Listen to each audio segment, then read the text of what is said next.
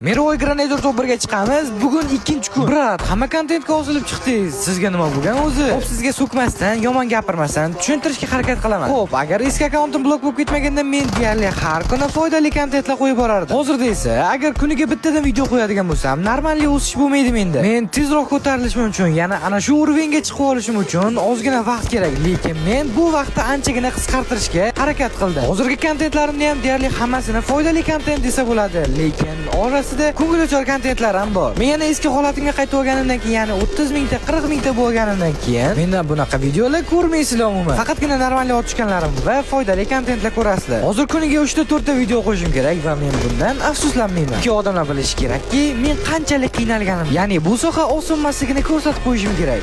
Agarda videoni shu joygacha ko'rgan bo'lsangiz, qayoqdagi haypajurlarga like bosgandan ko'ra meni videomga like bosib qo'ysangiz, men dunyo bo'yicha top 1ga chiqmoqchiman. Agar sizlarga dunyodagi eng xavfsiz akkaunt kerak bo'ladigan bo'lsa, o'zimizning akkaunt qilishinglar mumkin. Silkalari aktualnida.